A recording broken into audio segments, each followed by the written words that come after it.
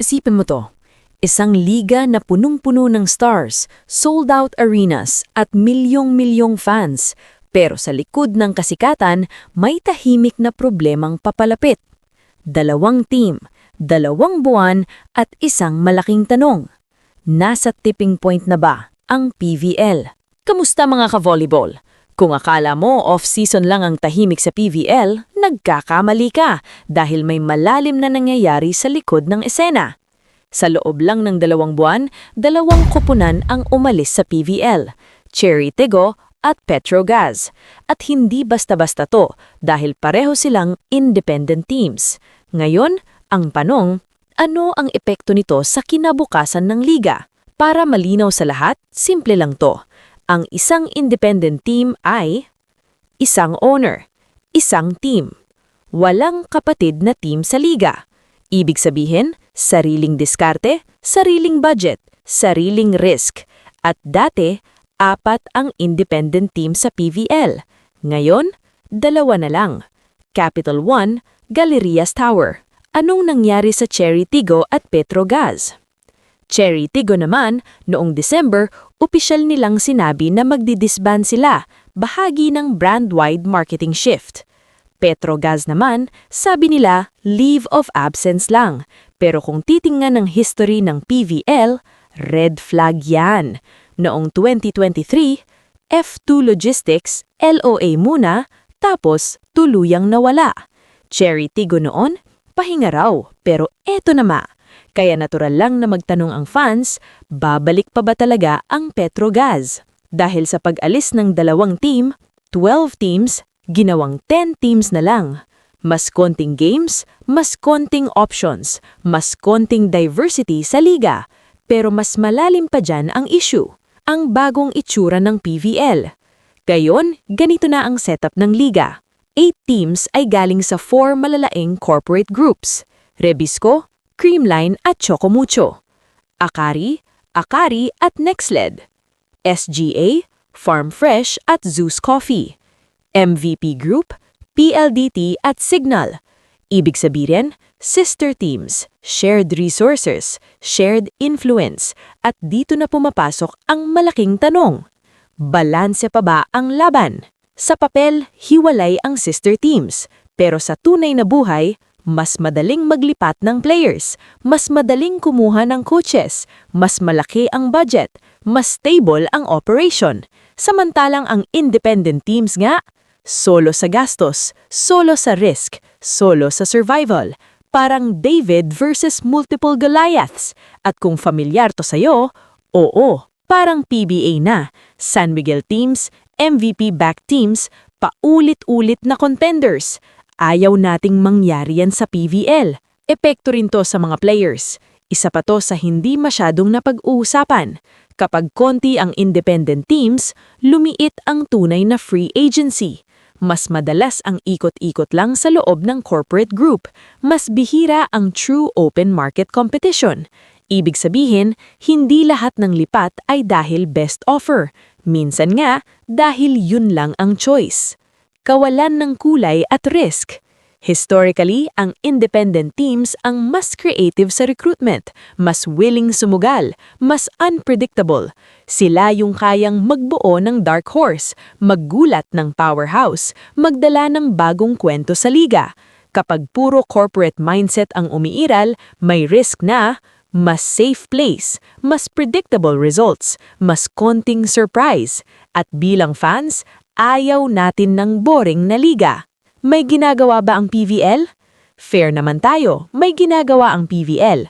Restrictions sa sister team transactions, annual rookie draft, anti-talent stacking policies. Pero kahit anong rules pa yan, hirap talunin ang structural reality. Kapag mas malaki ang pera, mas malaki ang margin for error. Nasa tipping point na ba ang PVL? Ang pag-alis ng 2 independent teams sa loob ng ilang linggo ay hindi lang basta coincidence. Ito ay isang warning sign, isang inflection point, reality check. Ngayon, nasa kamay ng liga ang desisyon. Hahayaan bang lumiit pa ang independence o aktibong hihikayatin ang bagong independent owners? paano proprotektahan ang tunay na competitive balance.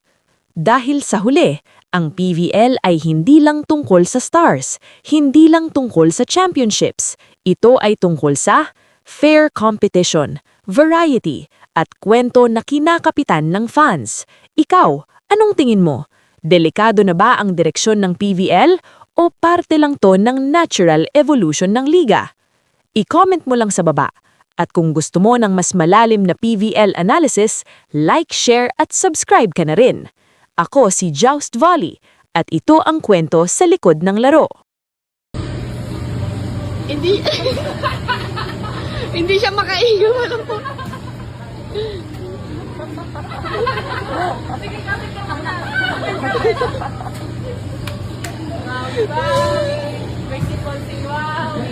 Wala siyang boses. Deng, may kwento ako sa'yo. Ano ba Kanina yan? may nakita akong ibon. Oh. Tapos, sa puno mag-isa lang siya. Alam mo ang tawag doon? Sa ibon mag-isa. Single bird. Single bird. Eh, mag-isa lang eh. Introvert! Oh, anong tawag doon sa maraming ibon na nasa puno? Mini bird. Mini bird bro. Huwag naman ito. Extrovert! Yan, yan, yan. Oh my God! Ang pretty! Parang ang si si Wonder Woman. Ay, pak ang Superman. Opak, opak. Bumawi sila sa Halloween. Ano po yung hilin niyo mga tropa pits? Ball control. Wow! Wow!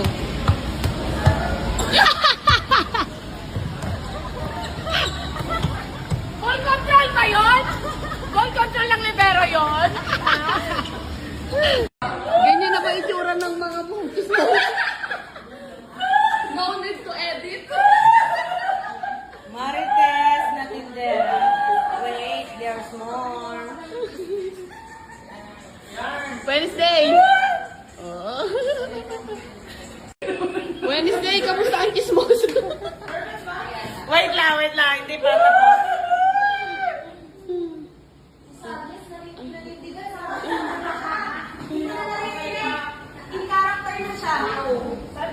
Si Sadness, gutom ulit. Up! Ang power pop! Opak! Oh. Doors! Kaya mo yan. My tomboy from Cavite. Hindi nga, galing mong ano dyan, ganun-ganun ha. Ba't gano'n na pala muna ka? Pwede. Ayaw niya ni Pops. Ready? 3, 2, 1. Tao, Yan! Yan! bagay, Hindi! lugar, Hindi! pangyayari, Hindi! pagkain, breakfast, Hindi! lunch, Hindi! dinner, Hindi! dessert, Hindi! baboy, Hindi nga! karne, Hindi nga yan! street foods, Yes or no? Hindi nga yan! kwek-kwek,